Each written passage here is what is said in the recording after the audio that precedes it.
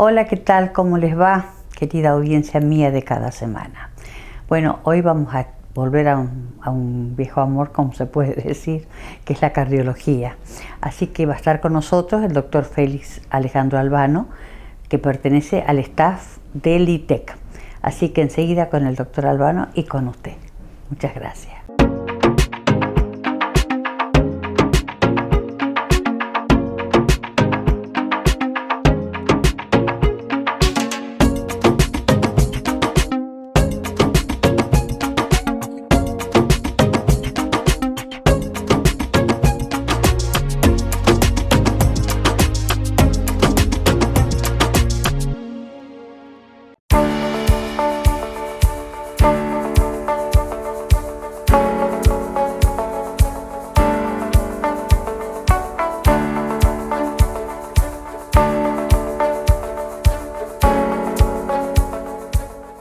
Bueno, como les dije al comienzo, acá estamos con el querido doctor Félix Alejandro Albano, miembro del staff del ITEC, que todos los meses nos visitan algunos de los miembros porque realmente lo amerita el momento que estamos viviendo, y sobre todo porque ellos, al estar con el tema cardíaco, de las secuelas que vienen post-COVID, de las secuelas post-COVID, voy a hablar bien, hay muchas que tocan el tema cardíaco, como otros también. Así que bueno, acá lo vamos a escuchar porque es muy didáctico, muy claro y da un gusto escucharlo porque lo hace con tanta calma. Félix, bienvenido, amigo. Bueno, con su gracias, ambos, Mariana. Se ve que acaba de salir de la sala. Acabo de salir de la sala de hemodinamia, realizar un procedimiento. Bueno, muchas gracias por haberte llegado, como siempre. Decir que estamos cerca. Decime que estamos cerca. Porque Estamos cerca.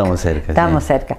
Félix, ¿qué es lo que quieres encarar hoy con respecto que ya vos viste que desde el año pasado hemos venido, bueno, que no teníamos las vacunas el año pasado, y este año ya con el doctor Ávila también encaramos el tema y con otros profesionales, colegas tuyos, secuelas post-COVID. Habla de las que inherentes a tu especialidad, cuáles son y cómo impactan. El COVID hizo que nosotros tengamos diferentes patologías después de cuando uno cursa la enfermedad y posterior a esa. En estos tiempos que nosotros estamos, vemos esas patologías o lo que queda en el paciente que ha tenido el COVID a nivel cardíaco, porque también produce otros síntomas, el cansancio, a nivel mental, por ahí uno no recuerda bien las cosas, el estado inflamatorio que queda el paciente hace que uno tenga algunos síntomas posterior a veces a los días del cursado de la enfermedad.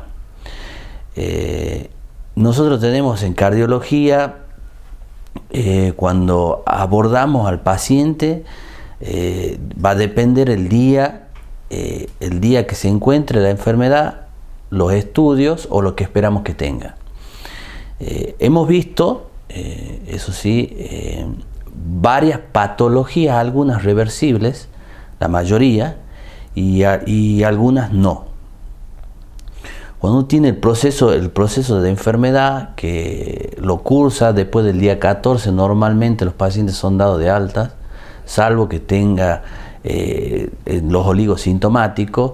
Normalmente cuando los síntomas son importantes, cuando tienen una repercusión en un órgano blanco como una neumonía, una neumonía post-COVID, aunque puede producir afectación a nivel de todos los órganos del COVID, después del día 20 podés tener a los pacientes que han estado post-internación y todavía están convalecientes, arriban esos pacientes al consultorio, y después tener los pacientes que arriban después de los 30 días. Entonces, nosotros, desde el punto de vista cardiológico, buscamos algunos cambios a nivel del corazón.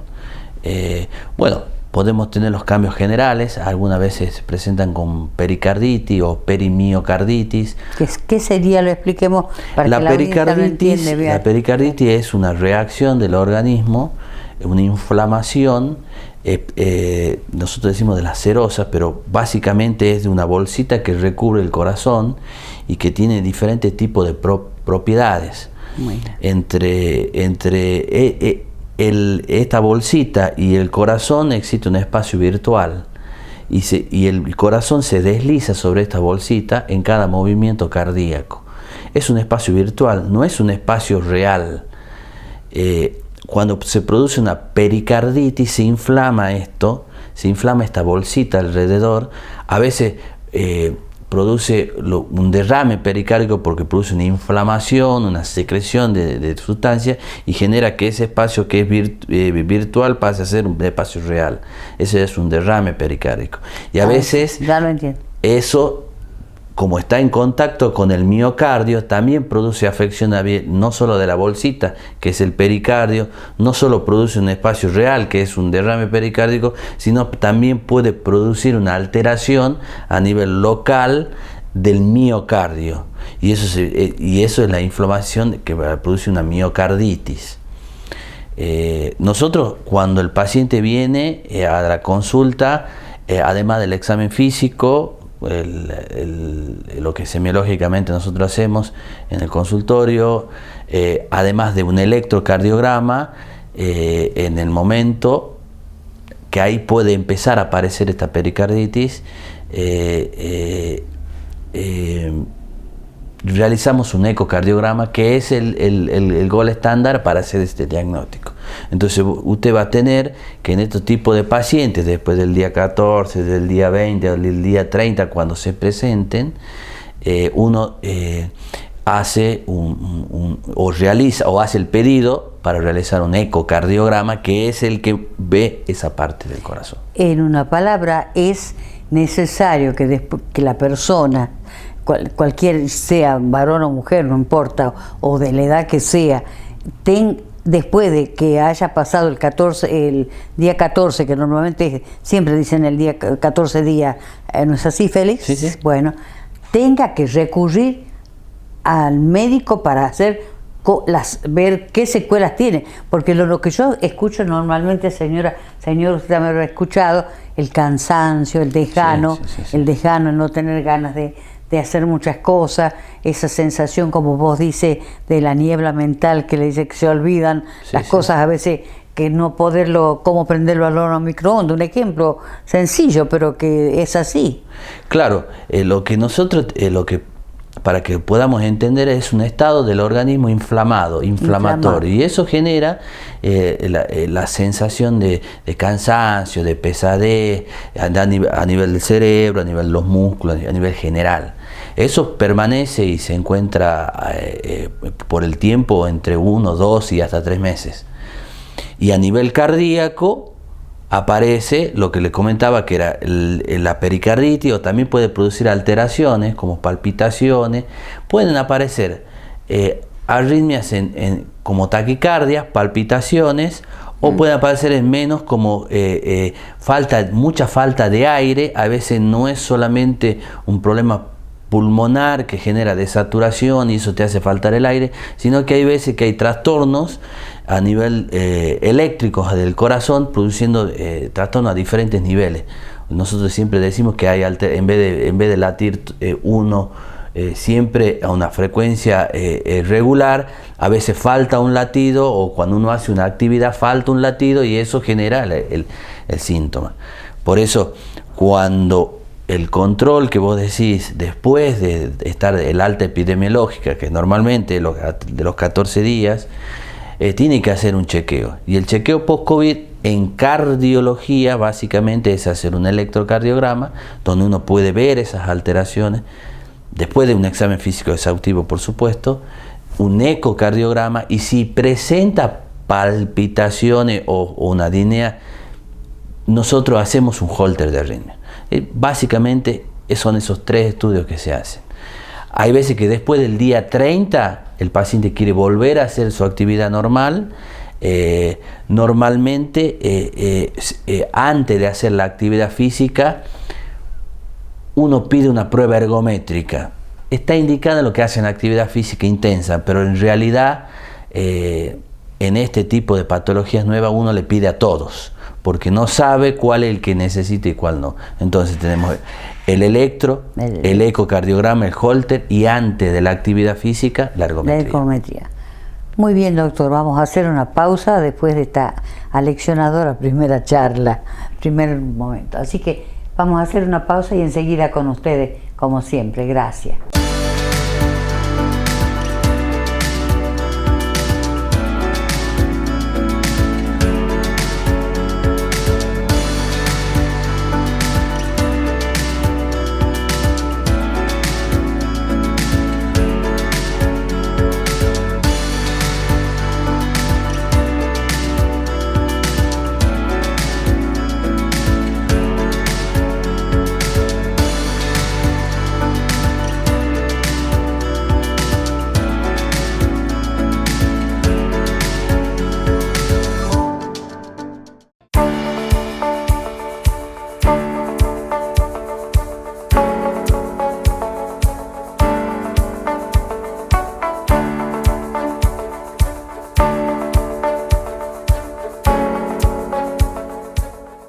Bueno, aquí estamos con el segundo bloque de este programa tan interesante con el doctor Félix Alejandro Albano sobre las secuelas post-COVID que afectan al corazón. Nada menos. Doctor, todo suyo este tiempo, por favor. Lo que hablamos recién era la repercusión a nivel cardíaco del post-COVID, digamos. El COVID tuvo una repercusión a nivel cardíaco sin tener la enfermedad. Disminuye mucho la consulta de los pacientes, disminuye mucho la consulta cardiológica, pero no cuando uno dice la consulta programada, la consulta del chequeo, la consulta de todos los años me hago un electrocardiograma, o todos los años me hago un ecocardiograma, o todos los años antes de empezar el fútbol, lo que sea, me hago eso disminuyó mucho. Pero es, digamos, es algo que uno es esperable que disminuya. Lo que nosotros vemos, además de eso, como estoy también en unidad coronaria, vemos que consultan tarde cuando uno tiene dolor de pecho. Consultan tarde cuando tienen que seguir, son pacientes cardiópatas que tienen insuficiencia cardíaca, y que normalmente el consulta de insuficiencia cardíaca tiene una interrelación muy importante, no consulta, se descompensan, llegan tarde a la consulta, se tiene que tener una internación. Entonces de hecho, ha disminuido mucho, un alto porcentaje el número de cirugía, el número de angioplastias primarias, más del 50-60% en esta época. Disminuyó mucho la consulta de la urgencia. Bueno, es esperable, la gente tiene miedo a salir, tiene miedo al sanatorio, al consultorio, o al hospital, o a donde sea, tiene miedo porque piensa en el COVID. Pero indirectamente o directamente este tipo de pacientes, retrasar la consulta produce una repercusión en su organismo. Llámese, si tiene dolor de pecho y no consulta al otro día, o consulta ya cuando es tarde, consulta el paciente con insuficiencia cardíaca, consulta ya cuando ya requiere una internación y no un control, no un cambio de medicación, no el aumento de una medicación. Entonces, el paciente con arritmia, el paciente que presenta una arritmia no consulta. Entonces, esos tipos de pacientes cardiológicos que tienen una patología cardíaca, hemos visto que la consulta es muy tardía. Y eso, cuando uno habla de infarto... Y si es una consulta tardía, estás corriendo... Corre mucho riesgo, porque cuando uno tiene un infarto, los minutos, como dicen los grandes maestros, son miocardio, es músculo. Si uno deja pasar mucho tiempo, a veces minutos, horas, las horas de oro, el miocardio, el músculo se pierde, y eso no se recupera. Por eso el infarto es la necrosis, es la muerte del miocardio. Si uno rápidamente restablece ese flujo que se cerró, tiene un tiempo, tiene un periodo de ventana, tiene un periodo, si es en las 2 primeras horas, uno puede recuperar todo ese miocardio. Si avanza, El tiempo es el típico reloj de arena que uno siempre explica, siempre le dice al paciente, es un reloj de arena. Cuando más avanza el tiempo, más miocardio se pierde.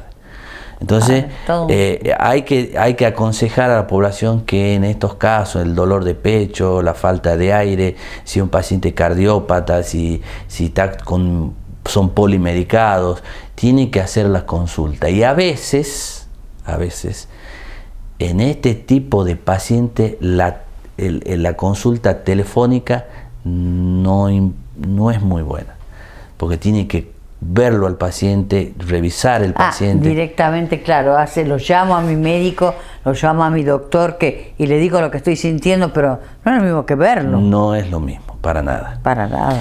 Y después... Totalmente de acuerdo con eso. Con respecto a lo arrítmico, hemos visto que al principio de esta pandemia, nosotros pensábamos que había muchas más arritmias ventriculares, que hay, pero no son tan frecuentes. Hay más arritmias supraventriculares, la fibrilación auricular en este tipo de enfermedad es muy frecuente, las taquicardias auriculares, las extrasístoles auriculares son mucho más frecuentes que las arritmias ventriculares. Y eso en cuanto a las taquicardias. Y en cuanto a las bradicardias, hemos tenido experiencia, tanto en el sector privado como en el sector público, un poco de sesgo hay en esto, porque yo soy muy especialista de arritmia, pero hemos visto que produce también alteraciones de la conducción. En algunos reversibles y en otros no, pero es difícil instalar un tratamiento de tan largo tiempo a los pacientes que tienen ese problema. Por ejemplo, un paciente que tiene una alteración, nosotros llamamos el bloqueo AB completo, existen cosas para tratar ese bloqueo AB en formas transitorias, los marcapasos transitorios, pero eso tiene efecto deleterio en el tiempo. Entonces el marcapaso definitivo ha sido, digamos, uno de los tratamientos.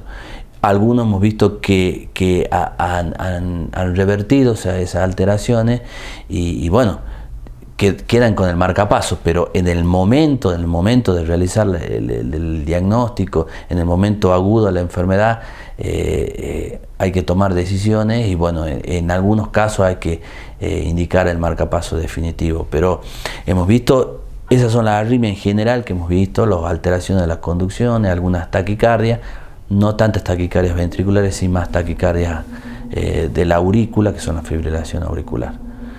¿Hay mucha diferencia entre una y otra, Feli? Sí, hay mucha diferencia. Normalmente hay una división que le decimos a los pacientes cada vez que explicamos que las taquicardias supraventriculares, a excepción de la fibrilación auricular, producen alteración en la calidad de vida.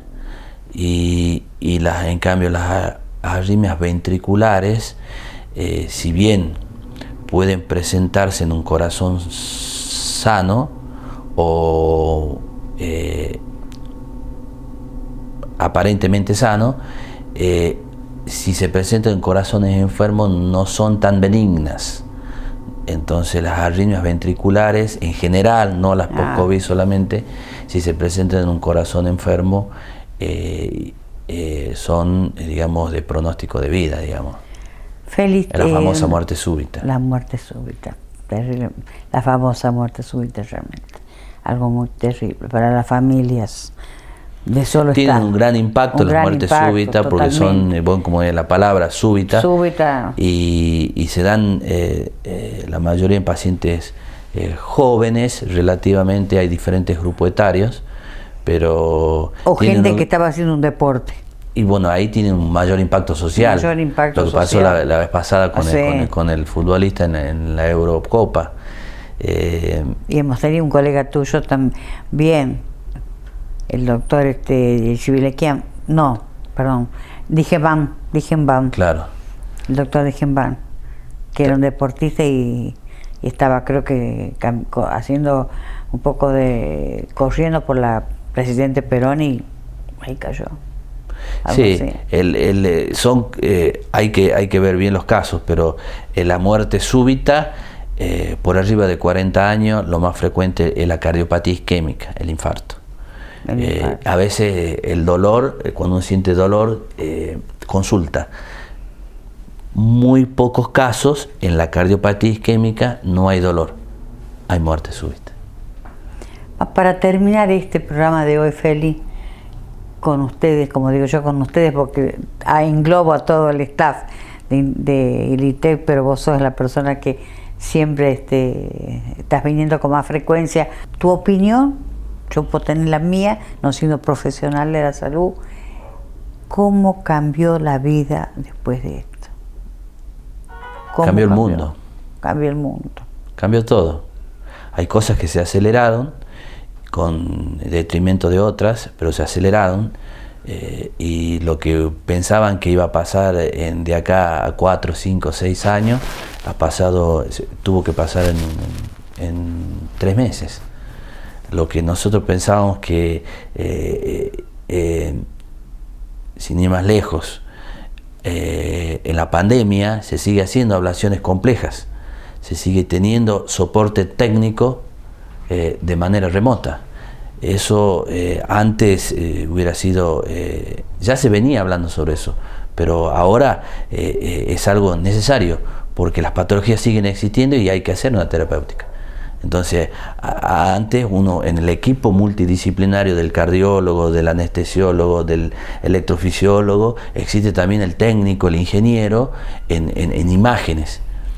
Y esos son técnicos ingenieros que no hay mucho en Argentina, no hay muchos. Entonces te prestan los ingenieros, o viene de Salta, o va a Salta, o va a Jujuy, o viene a Tucumán, o va a Córdoba, hay 20 ingenieros.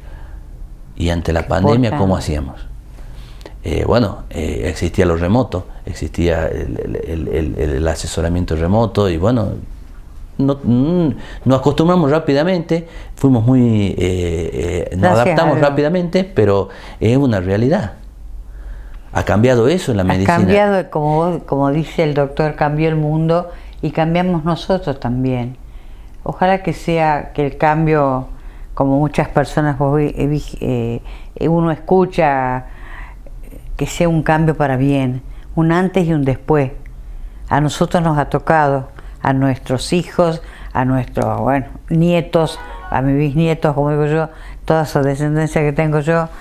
Las tuyas son chiquitos, tus hijos, pero ellos van a crecer con esa idea. Yo tengo un bisnieto que cierra las ventanas de la casa, tiene miedo, Tommy, tiene 5 años, y él dice, cierro porque viene el COVID. ¿Vos te das cuenta? 5 años, cierro porque viene el COVID. Sí, hubo mucha repercusión. Mucha repercusión a los chicos también. Bueno, doctor, le agradezco su presencia hoy acá, la premura con que tuvo que llegar y venir como estaba. Venite con el AMBO, Félix, pero llegas a tiempo siempre. Te agradezco por tu gentileza realmente y ganas de prestar tu sapiencia y lo que sabes para la audiencia, que es la destinataria de lo que estamos sentados yo acá, como comunicadora y vos como profesional de la salud, sobre todo de algo tan importante como la cardiología. Te agradezco la invitación, siempre me siento como en mi casa. Te agradezco. Ojalá. La cordialidad. Un cariño grande a tu familia y que estén todos bien pronto. Muchas gracias, igualmente. Bueno, enseguida me despido de usted como lo hago siempre. Gracias, querida audiencia.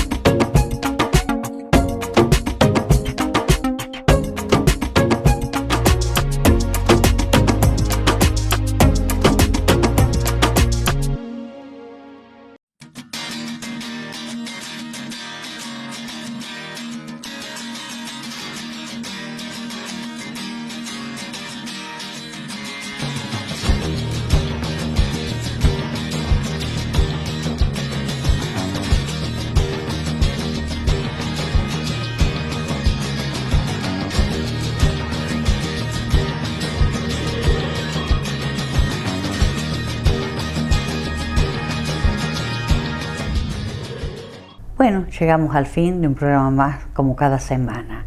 Espero que haya sido de su agrado y todo lo que se ha tratado y todo lo que se ha hablado acá, que siempre es lo que uno pretende, que usted, señora, señor, entienda y le guste realmente los temas que cada uno de los profesionales de la salud que acá vienen traen para charlar y para que dedicárselos a usted realmente, que eso es lo más importante.